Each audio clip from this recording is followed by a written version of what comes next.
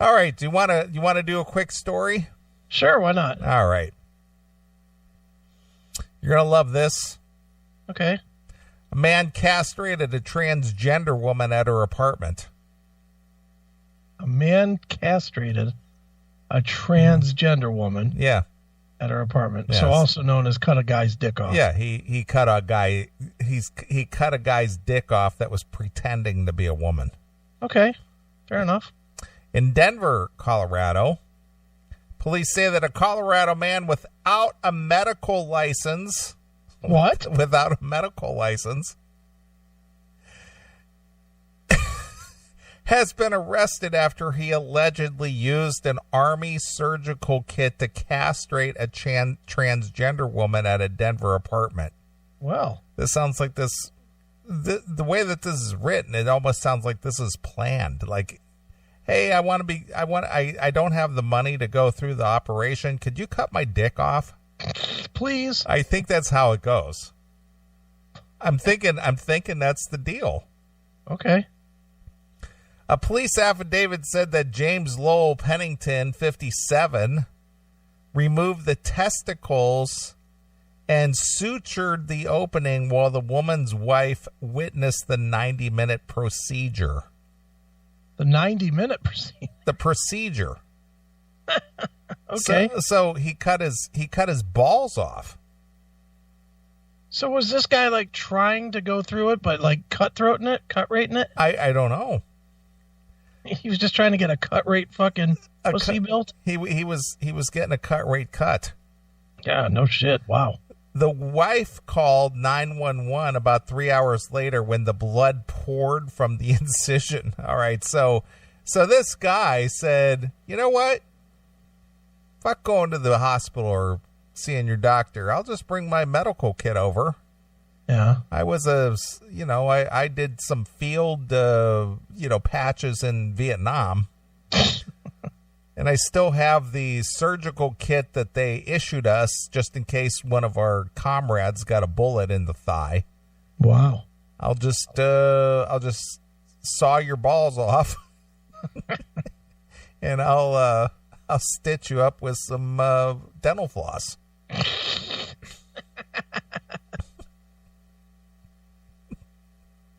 All right. The affidavit said the testicles could not have been reattached because of the lag between the procedure and the 911 call. Well, now, again, why would the testicles need to be reattached? Beats me. If this was a purposeful move. I mean, I'm sure the wife didn't stand by and said, hold him down, cut his balls off. I'm sure that's not what happened to you. Probably not. Pennington was arrested Thursday on suspicion of first-degree assault. See, nothing is making sense here at all. This is a goofy story. This is a 90-minute procedure, but now it's an assault? Mm-hmm. Causing... Is it an assault because he didn't have a license? I don't know.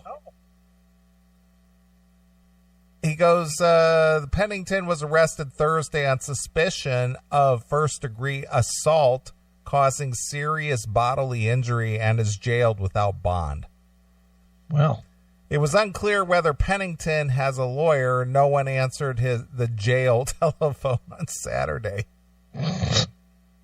Too busy mopping fucking nutsack blood off the floor. Exactly. So this guy is at somebody's apartment. Yeah. And performs a nutectomy. A nutectomy. And he sews the dude up. Yeah. And then the guy gets infected or doesn't heal or he broke a suture or something. Yeah. And he's like pouring out blood all over the place. So the wife calls 911. They come there and go, what the fuck happened? They said, our neighbor... friend of ours came over and he cut his nutsack off. Oops. You're under arrest, pal. Yeah. So illegal nutectomy. Yeah. You're not a licensed physician. Yeah. What the hell's wrong with you? So there you are. People wanting to become transgender so badly that they just have their neighbor cut their nuts off. If that's really the guy, would you let that guy cut on you ever? That is the guy. Would you let that guy cut on you? No, why would you let him cut on you? Why would anybody let anybody cut on you that you just say, hey, come on over with your kit? I don't imagine I'd let that guy cut on me if he was a doctor. Well, look at AOR Rocks. He's got the nutsack in his hand. Ugh. Nothing gross about that. Yeah. Here's your nutsack. Ironic that he's holding a nutsack and he's wearing a wedding ring. Right. I wonder how that correlates. You want that nutsack back? Yeah, put that ring on me. Yeah, there it is. Holding your balls. You want one more story? I got a story for you. All right, have at it. As amazing as that is, and I have a story. The headline is, man arrested for masturbating in the chip aisle of the Uniontown Sheetz. The chip aisle? The chip aisle. I didn't know Sheetz had a whole aisle just for chips. Apparently they do. Okay. Needed some special dip, apparently. In Uniontown, you know where that is, don't you? Uniontown, Ohio? I believe so. This is from KDKA, Pittsburgh. Oh, Uniontown. All right. The Pennsylvania area. All right, I gotcha. Uniontown, PA? Sure. All right. Well, from Uniontown, police were called to the Sheetz store in Uniontown early Friday morning for a bizarre situation. Employees at the store said they noticed the 18-year-old walk into the store around 2 a.m., and he started behaving in a suspicious manner. And what kind of a manner was suspicious at the Sheetz at 2 a.m. in the morning? Well, we'll get there. The employees thought he may be trying to shoplift. One of the workers walked to where he was and noticed he had his genitals exposed and he was masturbating in the chip aisle. Okay. He was turned on by the barbecue Lay's. Yeah, Lay's. Perfect one. Lay's. I think it's horrible. Unfortunately, it's sad, and a lot of this has been going on lately. A lot of this has been going on lately? That's what he says. Fayette County has been in the news quite a bit, and it hasn't been for good reasons, Bob Sipple said. The suspect is accused of exposing his genitals to employees on numerous occasions during the incident. So what did he do? Keep pulling his dick out? Look over here. Looky. Look what I have. Got his hands free and pulled his dick back out? I guess. Even after state police arrived, they claim he was still exposing himself. The man was immediately taken into custody. The fuck was going on here? This happens a lot. I mean, this guy comes in, he whips his dick out constantly. And then he goes to the chip aisle and he jacks off. Yeah. I would understand it if it was the pancake aisle, Aunt Jemima or something, but the chip aisle? Right. Are there any lady chips? I don't know. Lady Lays? I don't know.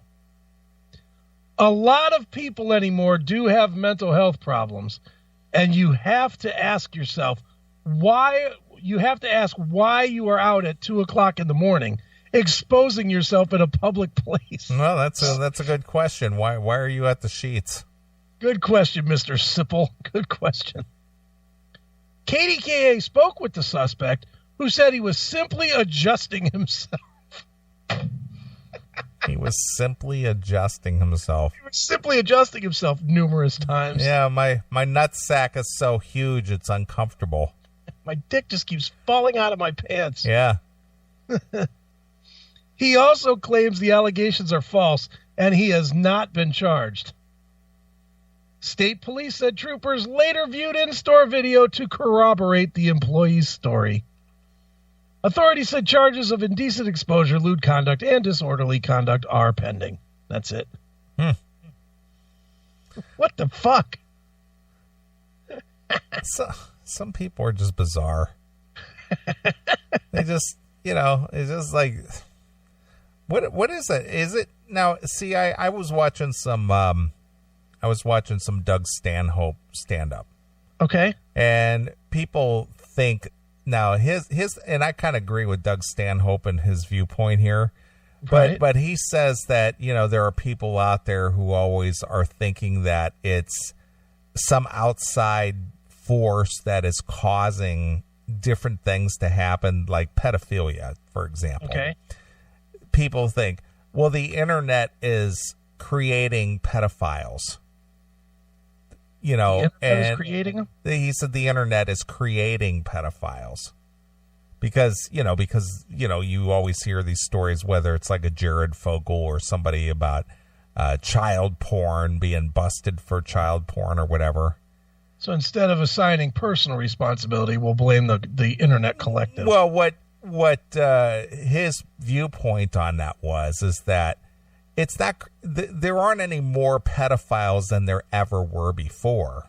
Okay. It's just that we're more aware of them now, just due to exposure in the media or whatever.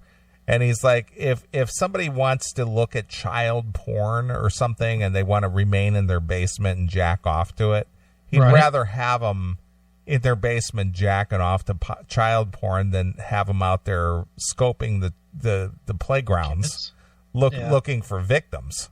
Yeah, the problem is somebody's finding victims and kidnapping them and taking the pictures. Right.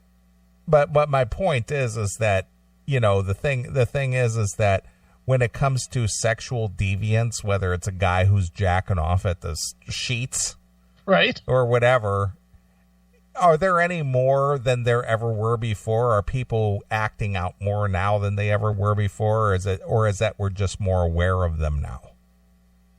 Did these kind of things not happen before, but now they're happening? Or is it that it's just being covered more, or that since we're on a 24-hour news cycle, you hear about this stuff?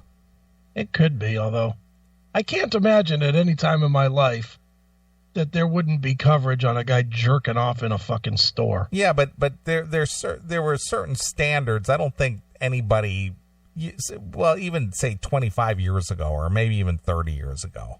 Mm-hmm. Do you think that you'd hear the story about somebody jacking off in the store, or would they just be arrested for, I don't know, indecent exposure or loitering? Right. That's what they would probably, and maybe it was.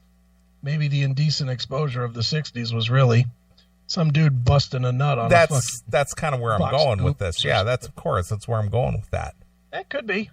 So is it more prevalent today, or is that we're just hearing more about it in more graphic detail than we used to? Yeah. I don't know. I don't have an answer. Well, what do you think? I think that as a percentage, I'm talking, and since our population is a lot higher than it was 30 or 40 years ago, but as a percentage, I don't know that there are more of them. If it was 3% of 300 million people, and I'm just throwing out random numbers. Sure. 3% of 325 million people. The overall number is going to be higher, but the percentage of the populace is no higher than it was before. Yeah. The only argument to that would be, so what the fuck's going on in Chicago with all the shootings? Well, that just has to do with how the state is run. Well, the city is run. Yeah, this has only happened since Rahm has been in office. How does he keep getting elected? That's kind of funny you would bring that up, because I was actually listening to some talking heads this week. Okay. And one talking head, because of being so, and again, it always boils down to money and influence and power. Right. That this talking head was more or less making a good point that no matter how good or bad Rahm is, that he can be mayor for as long as he chooses to be mayor. Because he's famous. Well, not so much famous. It's just the influence, the purchasing. You know, it was basically the point was being made that some of these people were so deep-seated with their influence and their support and money and, you know, who it is that they serve. They're almost assured their reelection. Right. As long as the right people are being pleased. Sure. So they'll assure that you get kept in that position to further their agenda along. Keep fucking the people over. Yeah, more or less. So it doesn't matter how good or bad of a job he's doing or how chaotic the city has become due to crimes and stuff. Right. As long as the right people are being served, they'll make sure that he stays in office. Isn't that special? Yeah, I know. But that's unfortunately how it really is. Yeah. So, you know, and believe me, the average citizen out there is not happy with Rahm being the mayor of Chicago. Right. But not enough people are getting involved to overthrow him in an election. Have they just not even had a decent candidate or anything? Well, I don't know. I'm just glad I don't live in Illinois. It's just a shithole. I mean, between Detroit, Chicago, Baltimore, Cleveland, you know, New York City, that is. Yeah. It's just a shithole. Not a big fan of the big cities, huh? No, not at all. I mean, because, you know, it's money and influence. Everything is money and influence. You think our great mayor is not a good mayor? Mayor Jackson? Of Cleveland? Yeah. Well, Cleveland is gutted. Yeah, I know. There's nothing to They got nothing. Well, they got the stadiums. They got the two of three really good sports teams. Okay. And they got the Rock Hall. At the ceremony in New York. And how does that benefit the people who live and work there? Well, it's because we have the Rock Hall. It's a gift. Who doesn't want to see the napkin that James Hetfield wrote Enter Sandman on? Sure. I know you've been waiting your whole life to see that, haven't you? Well, the only reason that the Rock and Roll Hall of Fame is in Cleveland, Ohio, is because of Alan Freed. Alan Freed, right? That's it. Period. Yeah, 'cause nobody comes here. Had he not coined the phrase rock and roll during his tenure as a DJ in Cleveland, it wouldn't be in Cleveland. No, it'd be anywhere else. Be in New York. Of course it would. But he coined the phrase rock and roll in Cleveland, so, you know, had to be there. Have you been to the Rock Hall ever? I've been there when I was in broadcasting school. Mm-hmm. We, as a class, were able to broadcast from the Rock and Roll Hall of Fame twice. How was that? I'm sure the studio's nice. Oh, it's very nice. I mean, you know, obviously that was over 20 years ago. I'm sure that they've kept it, you know, up to date or maybe have the latest and greatest equipment in there. But, it was very nice. It was brand new when I went there. The Rock Hall had only been open not even a year at that point, so it was brand new. Did you get to walk through it all or no? Oh, yeah. I walked through a couple times. Did you see the TV tree? 20-some years ago? Yeah, the MTV tree. Yeah, I did. Man, what a bag of shit. Well, they had I think, Janis Joplin's Volkswagen there, and they had the Beatles, suits, and they had the Jimi Hendrix stuff there. And, you know, at the time, it was, like I said, it had only been open not quite a year. Right. The only thing cool I saw in the Rock, I've been twice. I guess I'll be back in September because I'm taking all my Army buddies there. But the only thing that I thought was cool in the Rock Hall ever was it was kind of cool to see the ZZ Top car. Okay. I thought that was pretty cool. The Eliminator I don't even know if it's car. still there, but other than that, just a bag of shit. Yeah, well, they change out the displays every so often, so they cycle them out. Sometimes they borrow displays from other places that have rock memorabilia, and they'll feature it for a while, and then they change out a display and have something else. So it's never the same all the time. Maybe they'll have the truck that Don did It's Not Love on the back of. I don't think that's going to be in the Rock Hall. You know what? They did probably add that new edition, Don Dawkins' hat. I'm sure. In the last 2 months, it got added. Yeah. Please. Yeah. It's, if you're a big fan of that kind of stuff and you like a glorified Hard Rock Cafe. Right. To be honest with you, I've been to a lot of Hard Rock cafes around the country. Mm-hmm. I'm more impressed by some of the shit that they have than I did the Rock Hall. Yeah, I'm with you on that. Even the one in Cleveland that now closed. That's closed now? It's gone. Oh, I had no idea. Yeah, it closed, I think, last year. I'm pretty sure it was last year that place closed. Yeah, but there you go. Even Cleveland couldn't support a Hard Rock Cafe. Couldn't support the Hard Rock Cafe because they didn't do anything with rock. They had like 3 shows a year in there. It was a fucking bag of shit, and it was expensive, and the food sucked. Well, yeah, but it's more a restaurant than it is a performance place. Yeah, but the food sucked. That was the problem with that place. The food was garbage. It's a burger and fries and McNuggets place. Yeah, so, if it was me, I'd go to the Fallujah McDonald's before I'd go to the Hard Rock. Spend $20 for a plate of fucking nachos. I agree. Fuck that. All right. Well, I'm going to play a couple of tunes. All right. Let you get up and about and stretch out. All right, good. You got something you want to hear? How about if we go with Maiden Hell from the new Night Demon. Okay. Do I have that? Jack off our dick tonight. Do I have that?